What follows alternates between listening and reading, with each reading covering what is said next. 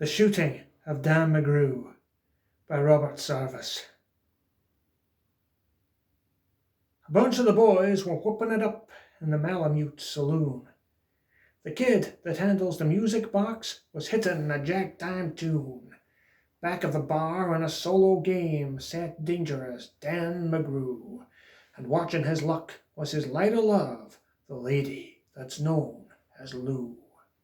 When out of the night, which was 50 below, and into the din and the glare, there stumbled a miner fresh from the creek, stark, dirty, and loaded for bear. He looked like a man with a foot in the grave, and scarcely the strength of a louse. But he tilted a poke of dust on the bar, and he called for drinks on the house. There was none could place the stranger's face, though we searched ourselves for a clue. But we drank his health, and the last to drink was dangerous Dan McGrew.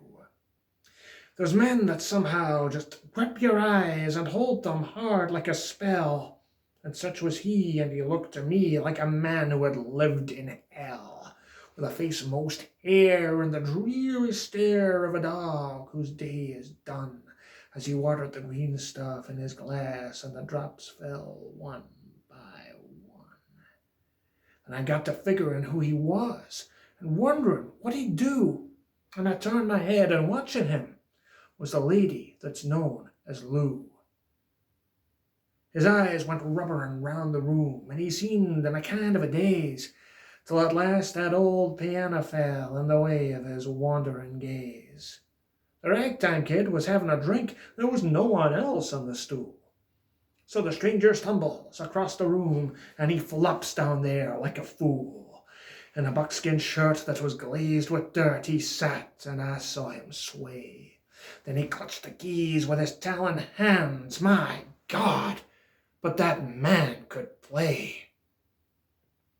Were you ever out in the great alone, when the moon was awful clear, and the icy mountains hemmed you in with a silence you most could hear, with only the howl of a timber wolf, and you camped there in the cold, a half-dead thing in a stark dead world, clean mad for the muck called gold, while high overhead, green, yellow, and red, the north lights swept in bars?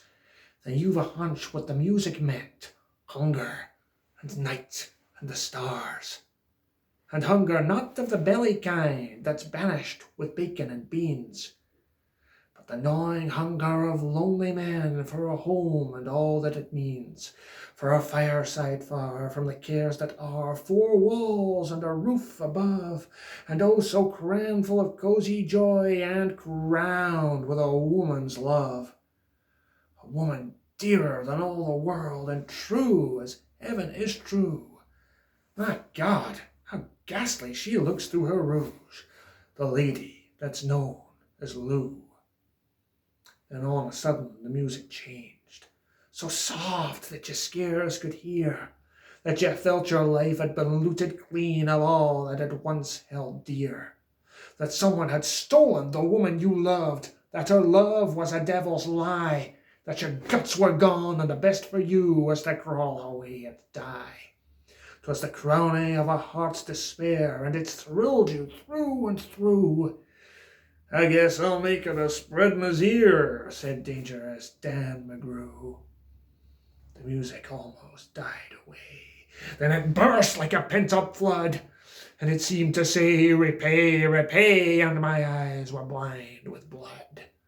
The thought came back of an ancient wrong, and it stung like a frozen lash, and the lust awoke to kill, and the music stopped with a crash.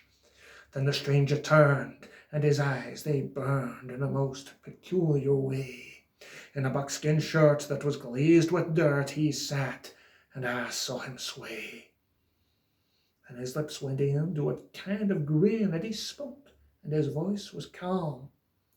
And boys, said he, you don't know me, and none of ye care a damn. But I want to state, and my words are straight, and I'll bet my poke they're true, that one of you is a hound of hell, and that one is Dan McGrew. And I ducked my head, and the lights went out. 2 guns blazed in the dark. Then a woman screamed, and the lights went up. 2 men lay stiff and stark. Pitched on his head and pumped full of lead was dangerous Dan McGrew, while the man from the creeks lay clutched to the breast of the lady that's known as Lou. These are the simple facts of the case, and I guess I ought to know. They say that the stranger was crazed with hooch, and I'm not denying it's so. I'm not as wise as the lawyer guys, but strictly between us two, the woman that kissed him and pinched his poke was the lady that's known as Lou.